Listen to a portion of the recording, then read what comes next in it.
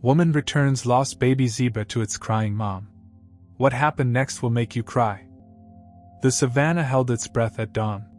Claire Watson knew this silence well. The pregnant pause between night and day when predator and prey alike seemed to vanish into the amber-streaked shadows. Her boots crunched softly against the dried grass as she conducted her morning patrol, binoculars hanging heavy around her neck. After 5 years as a wildlife biologist in Kenya's Tsavo East National Park, she had learned to read the land like a book. Every bent blade of grass told a story. Every distant cry carried meaning.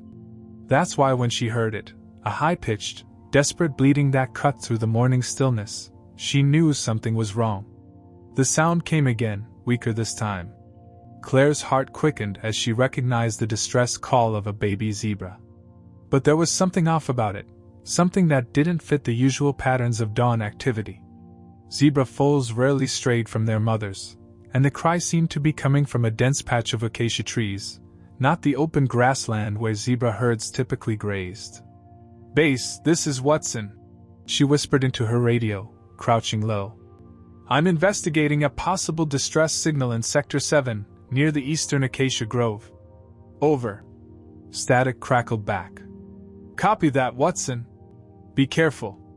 We've had reports of unusual activity in that area." "Over." Claire's muscles tensed. Unusual activity was often code for poachers, but she couldn't leave a suffering animal without at least investigating. She drew her tranquilizer gun, standard issue for biologists in the field, and moved forward in a half-crouch, using the tall grass as cover. The crying grew louder as she approached the grove, but now she could hear something else, the soft clink of metal, and what sounded like hushed voices. Her suspicions deepened. Using her binoculars, she scanned the area ahead and spotted something that made her blood run cold, a thin wire stretched between 2 trees, nearly invisible in the growing light. A snare. Claire's training screamed at her to retreat and call for backup, but another pitiful cry from the baby zebra made her pause. If there were poachers, they had likely captured the foal as bait, knowing its cries would draw in the mother. It was a cruel but effective tactic she had seen before. Moving with painstaking slowness, Claire worked her way through the underbrush. The voices grew clearer, at least 3 men, speaking in hushed Swahili. She couldn't make out the words, but their tones suggested they were waiting for something. Or someone. Finally, she reached a position where she could see into a small clearing. What she found made her have to stifle a gasp. A makeshift camp had been set up, cleverly concealed by natural foliage. Weapons were scattered about, not just snares and traps, but high-powered rifles that could bring down elephants. In the center, tied to a stake, was the baby zebra. Its striped coat was dusty and marked with scratches, its legs trembling with exhaustion. But what struck Claire most was its eyes, wide, dark pools of terror that seemed to plead for help. She knew she should back away. The smart thing would be to mark the location and return with a ranger team. But as she watched the frightened foal struggle against its bonds, she heard another sound that made her decision for her, the distant, frantic calls of what could only be the mother zebra, searching for her baby. Claire had seen too many orphan animals, too many grieving mothers. Not this time, she thought. Taking advantage of the poacher's momentary distraction, they were huddled around what appeared to be a map. She began to inch her way toward the baby zebra. If she could just reach the ropes. Her fingers had barely brushed the crude knots when a shadow fell over her. Claire froze, then slowly looked up into the hardened eyes of a man she hadn't noticed, a poacher who had been hidden in the trees keeping watch. He was younger than she expected, maybe in his early 30s, with features that might have been handsome if not for the cold calculation in his gaze. A long scar ran from his left temple to his jaw, and he held his rifle with the easy confidence of someone who knew how to use it. "That's a good way to get yourself finished," he said quietly in English, his accent marking him as local but educated. There was something in his voice, not quite regret, but not the cruel satisfaction she'd expected either. Claire slowly raised her hands, mind racing. "I could say the same about poaching in a protected reserve," she replied, trying to keep her voice steady. "These animals are under international protection. The penalties mean nothing to dead people. He cut her off. But there was a flicker of something in his expression. Doubt? Shame? Before she could analyze it further, he gestured with his rifle. Step away from the foe. Or what? Claire challenged, surprising herself with her own boldness. You'll shoot me? Create an international incident? Have Rangers swarming this area within hours? The man's jaw tightened, and for a moment, Claire thought she saw conflict war across his features. But before either of them could speak again, voices approached from behind them. The other poachers were returning. Jax! One of them called out. What's going on over there? The man, Jax, kept his eyes locked on Claire's. For a heartbeat, she thought he might let her go. Then his expression hardened again. We have a problem, he called back, never lowering his rifle. Seems we caught something bigger than a zebra today. As the other poachers emerged from the brush, Claire realized she had miscalculated badly. But looking at the terrified baby zebra, hearing its mother's distant calls growing more desperate, she couldn't bring herself to regret trying. Whatever happened next, she knew this was a turning point, not just for her, but for the man called Jax, whose eyes held secrets she was only beginning to understand. The ropes bit into Claire's wrists as she sat against a weather-beaten acacia tree, watching the poachers argue about her fate. The sun had climbed higher, turning the morning air thick and heavy. Sweat trickled down her neck, but she refused to show any sign of discomfort. Instead, she studied her captors, particularly their leader, a hulking man they called Kamau. Unlike Jax's controlled demeanor, Kamau radiated casual cruelty. His face was marked with tribal scarification, and a collection of animal teeth hung from his belt, trophies from previous kills. When he spoke, the other poachers seemed to shrink away. This is exactly why I said no daytime operations, Kamau growled, pacing like a caged leopard. Now we have a Western scientist who'll bring down every ranger in Kenya on our heads. He stopped in front of Claire, his shadow falling across her face. There's only one way to handle this. Claire's heart hammered against her ribs, but she met his gaze steadily. She had faced down charging elephants and territorial lions. She wouldn't give this man the satisfaction of seeing her fear. The Rangers already know I'm here, she said, her voice carrying clearly across the camp. I radioed my position before investigating. Kill me, and you'll have an international manhunt on your hands. A lie, but a calculated one. She had indeed radioed base, but hadn't given her exact location. Still, the poachers couldn't know that. Kamau's hand moved to the pistol at his hip. Dead women tell no tales. Wait. Jax stepped forward, his voice cutting through the tension like a knife. She's right about the manhunt. That means FBI involvement, international pressure. He moved closer to Kamau, lowering his voice. We can't afford that kind of heat, not with the shipment coming next week. Claire's ears pricked up at this detail, even as she maintained her defiant expression. Shipment?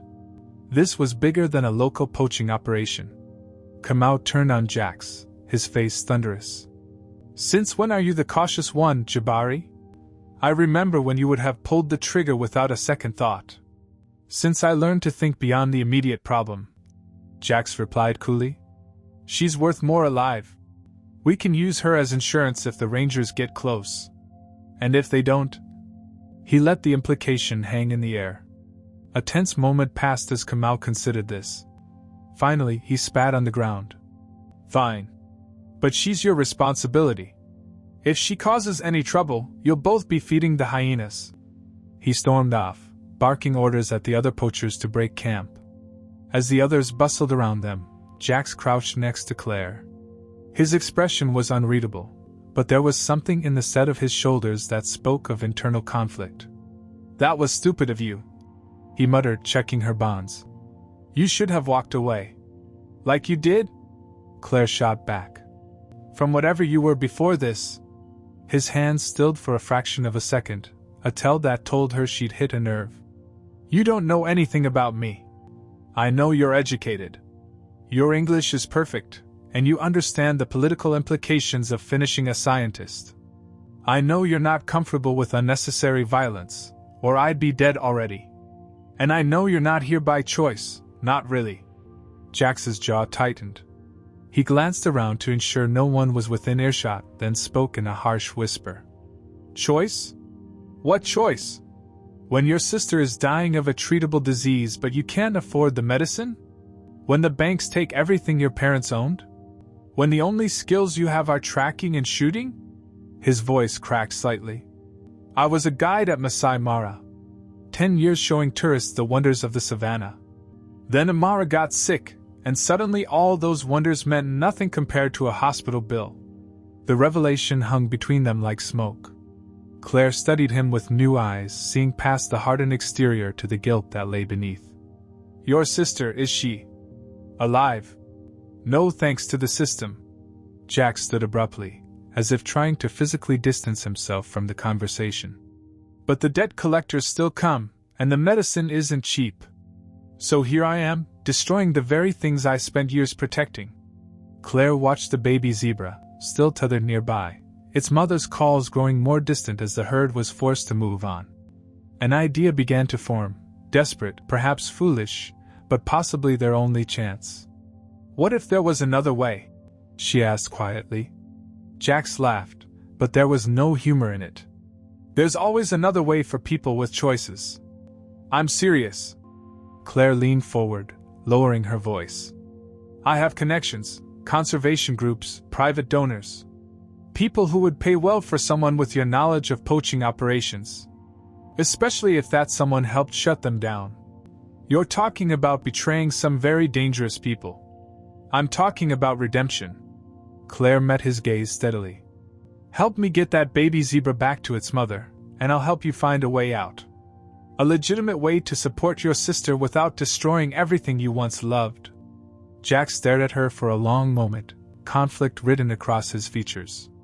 In the distance, Kamau shouted orders about moving to a new location. The sun climbed higher, and the baby zebra let out another pitiful cry. Finally, Jax spoke, his voice barely above a whisper. You don't understand what you're asking. These men, they don't forgive betrayal. Ever. I understand exactly what I'm asking, Claire replied. The question is, do you understand what continuing on this path will cost you? Not just in lives destroyed, but in the peace of your soul that dies every time you help them finish what you once protected. The words seemed to hit Jax like physical blows. He looked away, his hands clenching and unclenching at his sides. When he looked back, there was a new resolve in his eyes, and something else. Fear. If we do this, he said slowly, there's no going back. For either of us. Claire nodded. I know. Jax glanced at the others, still busy with camp preparations, then back at the crying foal. His next words were so quiet Claire almost missed them. Tonight. When they're drunk on success and cheap whiskey. Be ready. Darkness settled over the savannah like a heavy blanket, bringing with it a chorus of nocturnal sounds, crickets chirping, distant hyena calls, and the occasional grunt of a wandering warthog. But it was the sound of drunken laughter that Claire focused on as she pretended to sleep, her back still against the acacia tree. The poachers had indeed broken out their whiskey, celebrating a successful day of setting new traps. Only Jax remained relatively sober, having begged off with claims of a headache. He'd positioned himself as her guard, a role Kamau had mockingly approved. Let the soft-hearted fool watch her. Maybe he'll finally grow a spine. Claire counted the minutes by her heartbeats, watching through half-closed eyes as the fire died down and the laughter grew more sporadic. Finally, the camp fell silent except for heavy snoring and the muffled whimpers of the baby zebra. A shadow fell over her. Jax. No, he whispered, quickly cutting her bonds. But if you try to run. I won't, Claire assured him, rubbing her wrists. Not without the foal. They crept toward the baby zebra, every step measured, every breath controlled. The foal's eyes widened at their approach, but something in its animal instinct must have sensed their intent. It remained quiet as Jax worked on its restraints.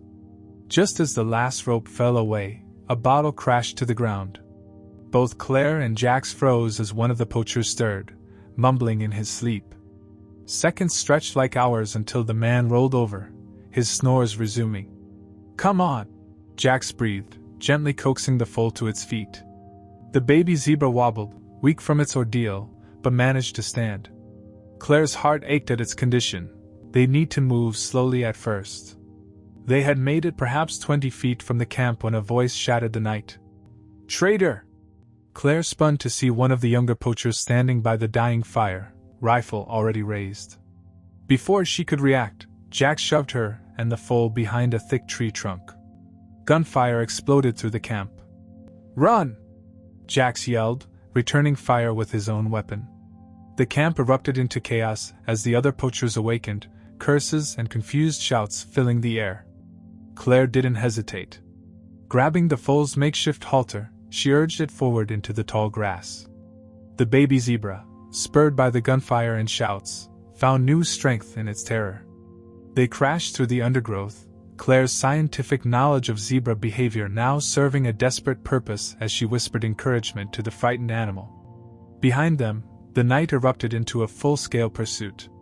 Flashlight beams cut through the darkness like searching fingers. More gunshots rang out, and Claire heard Kamau's voice rising above the chaos. "Bring me their heads!" The foal stumbled on a hidden root, nearly falling. Claire's heart lurched. They were moving too slowly. The poachers knew this territory as well as she did, maybe better.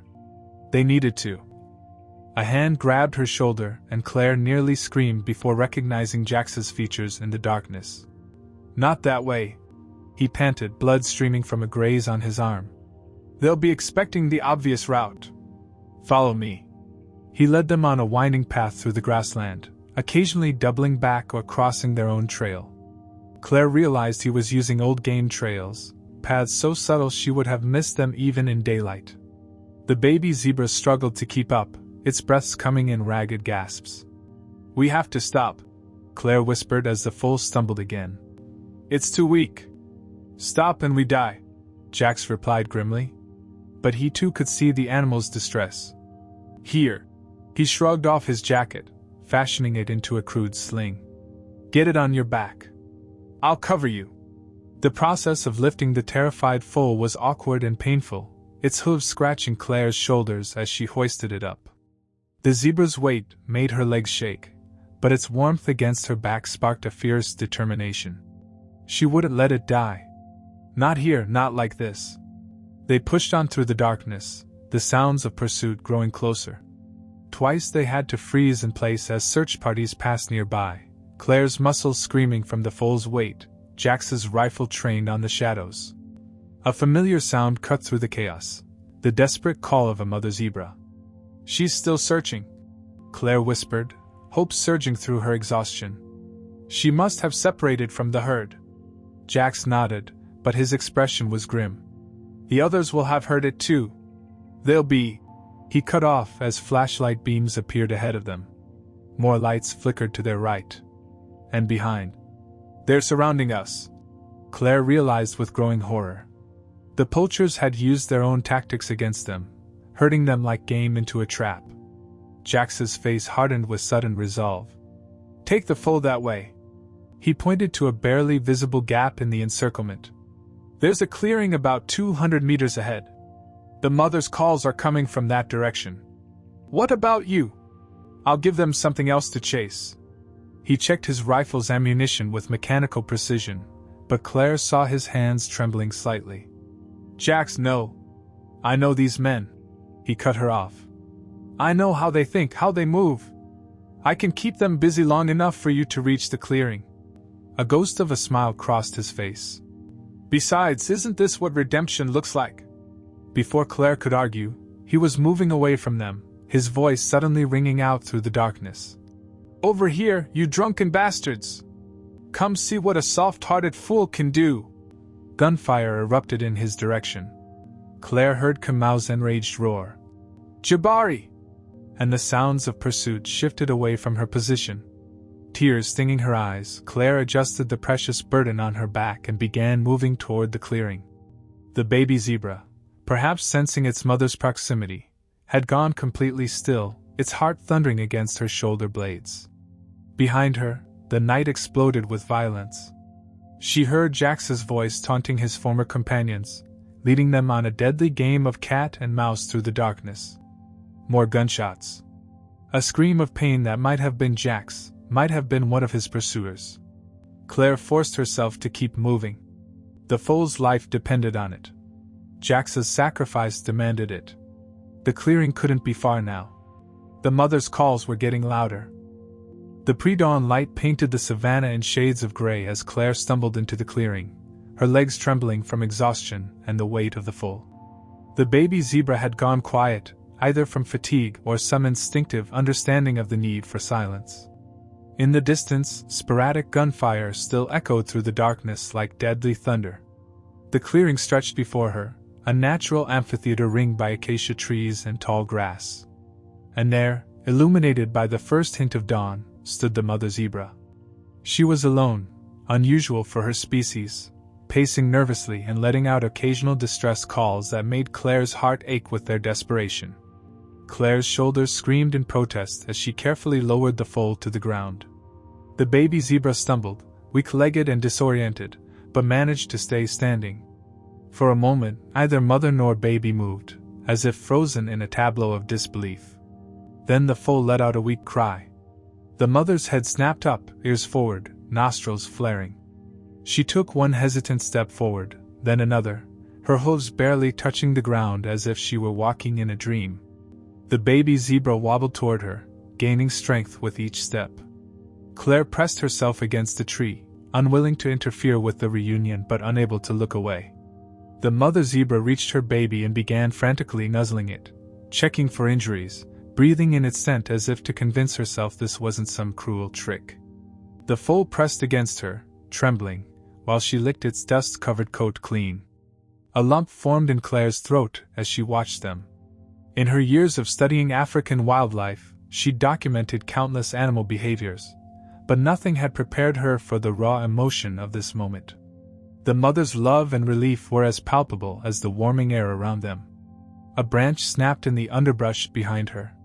Claire spun, her heart leaping into her throat, expecting to see Kamau or one of his men.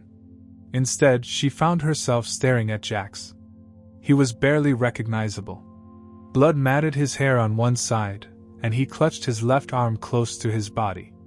His clothes were torn and covered in dirt and grass stains. But he was alive. "Jax!" Claire started toward him, but he held up his good hand in warning. "Stay back," he gasped. "They're still out there. I led them on a wild chase, but—" He broke off, stumbling. Claire caught him before he could fall, feeling him tense at the contact before accepting her support. "You're hurt," she said, noting the makeshift bandage on his arm and the way he winced with each breath. "We need to get you to a doctor." "No time." Jax shook his head. "Kamau won't give up. His eyes widened as he looked past her. "Claire!" She turned to see the mother zebra approaching them, her foal close behind. Every instinct Claire had developed over years in the field screamed at her to back away. A mother zebra could be incredibly dangerous, especially one protecting her young. But something was different about the mare's approach. There was no aggression in her stance, no signs of the typical fight-or-flight response. She moved with deliberate care, stopping a few meters away.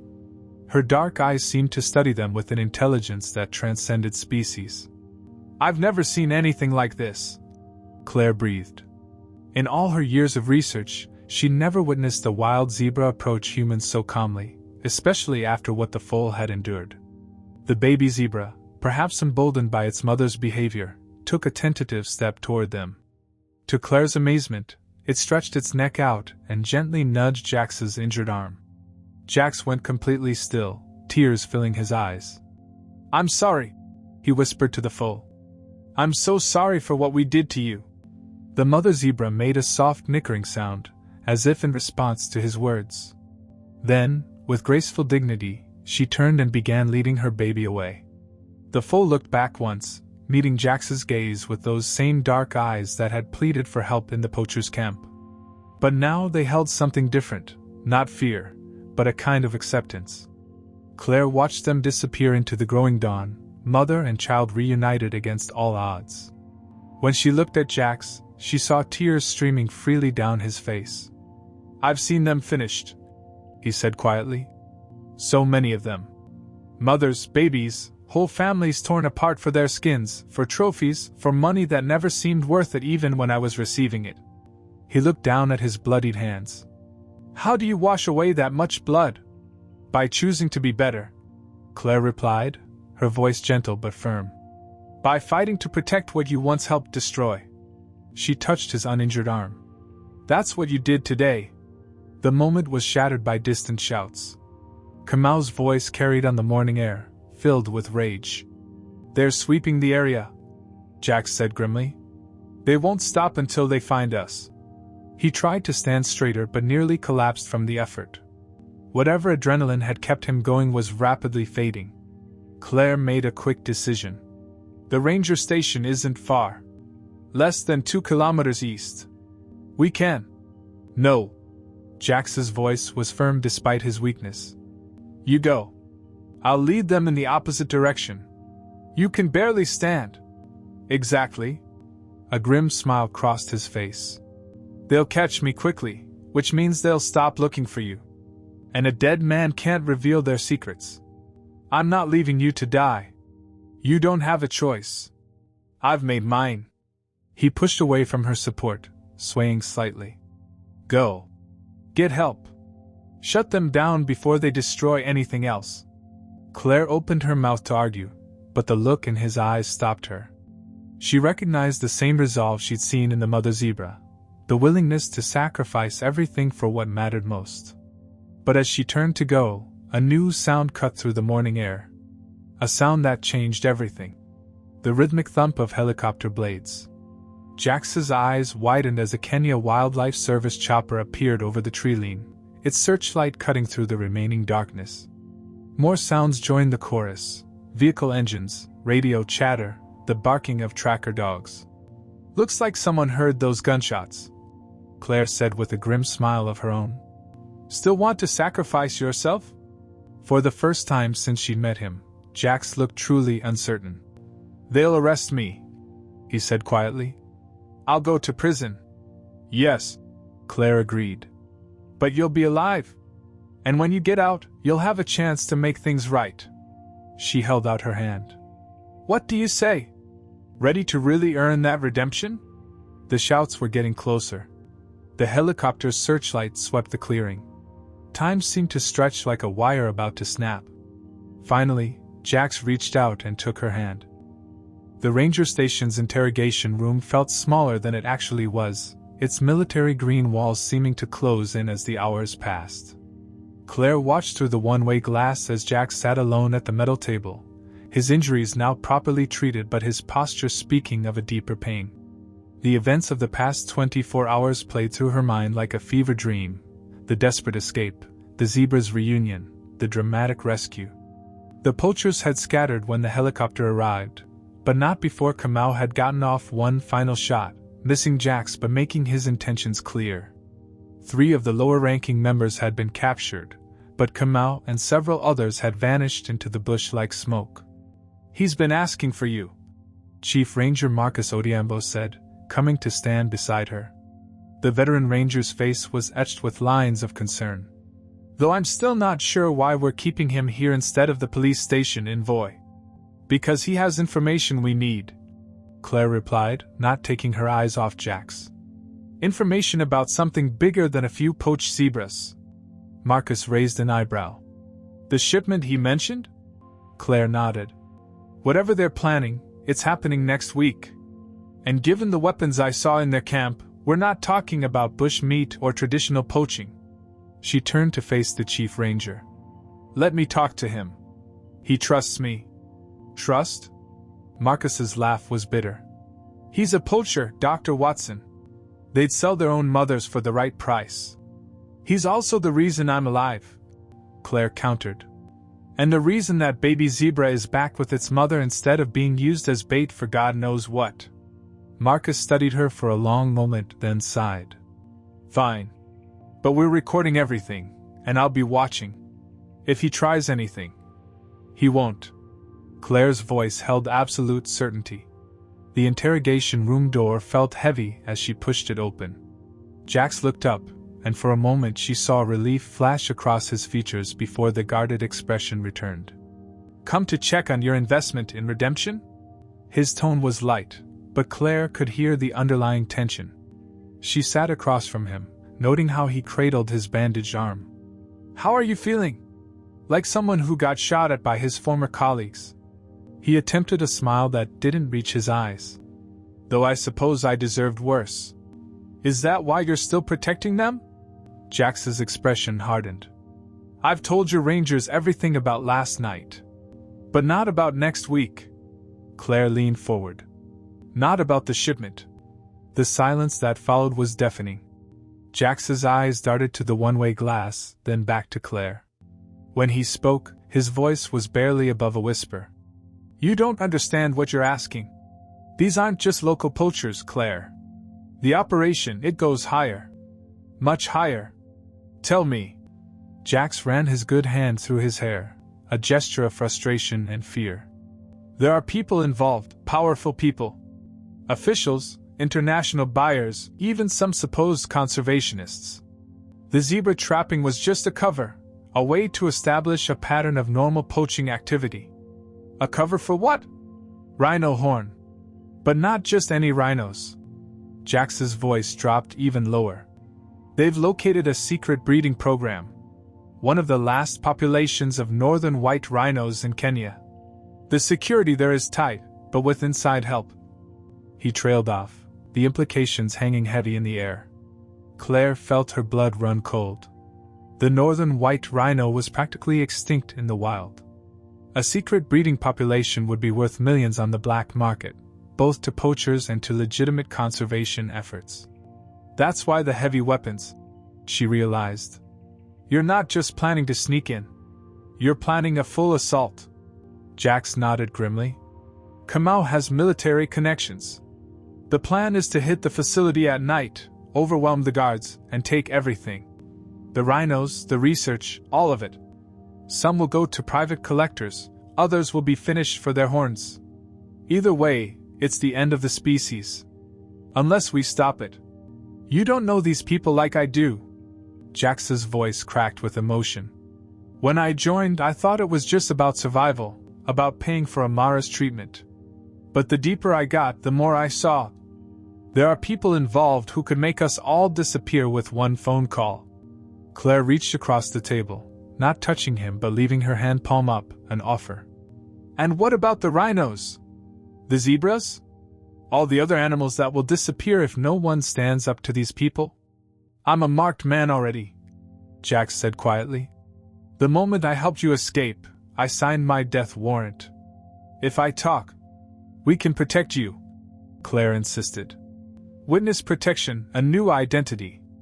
Like they protected the last 3 rangers who tried to expose the syndicate? Jax's laugh was hollow. 2 disappeared. The 3rd had a convenient accident with a snake in his house. Even his family wasn't. He stopped abruptly, his face draining of color. Amara, Claire realized. You're worried about your sister. Jax's silence was answer enough. Claire stood up and walked to the door. Opening it, she called out. Chief Odhiambo? Can you come in here, please? Marcus entered, his expression wary. Claire turned to Jax. Tell him what you just told me. All of it. About the rhinos, the corrupt officials, everything. She held up a hand as Jax started to protest. Chief Odhiambo has connections with international conservation agencies. Agencies that can not only protect you and your sister but can also ensure this goes public in a way that makes it impossible to cover up. Marcus stepped forward. Dr. Watson is right. We've been building a case against trafficking syndicates for months. With your testimony, with concrete details about next week's operation. He paused significantly. We could break the entire network. Jax looked between them, the weight of the decision visible in every line of his face. Outside the small window, the African sun climbed higher, burning away the last shadows of dawn. Somewhere out there, a mother zebra and her foal were reuniting with their herd, defying the odds thanks to one man's choice to remember who he really was. Finally, Jax straightened in his chair. Despite his injuries, despite his fear, there was a new strength in his bearing, the strength of someone who had found their way back to solid ground after being lost in darkness. "All right," he said quietly. "Where do you want me to start?" 1 week later, Claire crouched in the tall grass near the rhino sanctuary's perimeter, her heart thundering in her chest. The moon hung low and full, casting silver light across the savanna. Through her night vision binoculars, she could see the sanctuary's fence line, and beyond it, the shadowy shapes of the precious northern white rhinos, living relics of a species on the brink. "Target vehicle approaching from the south," crackled a voice in her earpiece. "Right on schedule." Claire glanced at her watch, 2:30 a.m. Jax had been right about everything, the timing, the route, even which guards were compromised. His intelligence had allowed them to quietly replace the corrupt security personnel with undercover rangers, all while maintaining the illusion that the sanctuary was vulnerable. The operation had taken days of careful planning. International agencies had moved Amara to a safe location outside the country, while a joint task force of Kenya Wildlife Service rangers and Interpol agents had positioned themselves strategically around the sanctuary. Claire hadn't needed to be here, shouldn't have been here, according to protocol, but she'd insisted. She owed it to Jax, who was taking the biggest risk of all. 2 sets of headlights appeared on the access road, moving slowly. The lead vehicle was a battered Range Rover, exactly as Jax had described. The second was a larger truck, the kind used for transporting livestock. Or, in this case, rhinos. "Remember," Chief Odhiambo's voice came through the radio. "We wait for the signal. No one moves until we confirm the entire group is present." Claire adjusted her binoculars as the vehicle stopped at the gate. A figure emerged from the guard post, one of their undercover officers, and began checking papers. Through the magnification, she could see Kamau step out of the Range Rover, his familiar bulk impossible to mistake. More figures emerged from the vehicles, armed men, at least 10 of them, carrying military-grade weapons. Among them was a well-dressed man Claire didn't recognize, but whose bearing screamed authority. The official Jax had warned them about. "Sir," one of the undercover guards spoke through the radio. "They're asking about Jackson. Say he was supposed to meet them here." Claire's grip tightened on her binoculars. Jackson was Jax's cover name, the one he'd used with the syndicate. This was the moment of truth. "Let them stew for a few minutes," Odhiambo replied. "Then tell them he radioed in sick. Make them nervous." The minutes crawled by like hours. Claire could see the poachers growing agitated, clustering together and arguing in harsh whispers. The well-dressed man made a phone call, his gestures becoming increasingly angry. "They're spooked," someone reported. "The official is talking about aborting." Suddenly, a new set of headlights appeared on the road. A motorcycle, approaching fast. Jax. Claire's heart leaped into her throat as she watched him pull up to the gate. Even from this distance, she could see how straight he sat, how deliberately he moved as he dismounted and approached Kamau. This wasn't the guilt-ridden man from the zebra camp. This was someone who had found his purpose. "Sorry I'm late." His voice came through clearly on the radio he was wearing. "Had to make sure the other checkpoints were clear." Kamau grabbed him by the collar. "Where have you been?" "We thought that I ran?" Jax's laugh was convincing. "After you promised me a share of the biggest score in African history? I'm not that stupid." He paused, then added the code phrase they'd agreed upon. "Besides, the moon is perfect tonight. All units prepare to move," Odhiambo ordered. "On my mark." The next few minutes unfolded like a deadly choreographed dance. Jax led the group through the gate, describing the gaps in the security system, gaps that didn't actually exist. The poachers moved forward, weapons ready, while their trucks idled behind them. Claire watched as they approached the first rhino enclosure. The magnificent animals inside shifted nervously, sensing the tension in the air. The official was already on his phone, presumably contacting his buyers. "Now!" Odhiambo's command cracked through the radio. The night erupted into chaos. Floodlights blazed to life, temporarily blinding anyone not wearing night vision gear. Rangers seemed to materialize from every shadow, weapons trained on the trapped poachers. 2 helicopters appeared overhead, their spotlights pinning the criminals in harsh white circles. "Drop your weapons!" Odhiambo's voice boomed through a megaphone. "You are surrounded!" What happened next seemed to unfold in slow motion. Claire saw Kamau's head snap toward Jax, saw the realization and rage dawn on his face. His rifle was moving before anyone could react. "Traitor!" he roared. 2 shots rang out simultaneously. Kamau's bullet went wide as he was thrown backward by the impact of a ranger's shot. He fell, clutching his shoulder, his weapon skittering away across the dirt. The other poachers, realizing they were trapped, began throwing down their weapons. The well-dressed official tried to run but made it only 3 steps before being tackled by an Interpol agent. In less than 5 minutes, it was over. The largest trafficking operation in East Africa had been broken, its leaders caught red-handed. As the arrests proceeded, Claire ran to where Jax stood, steady despite everything. "Are you all right?" she asked. He nodded, watching as Kamau was led away in handcuffs, still hurling threats and curses. "It feels strange. Like waking up from a long nightmare." Dawn was approaching, the sky lightening to a pale gray.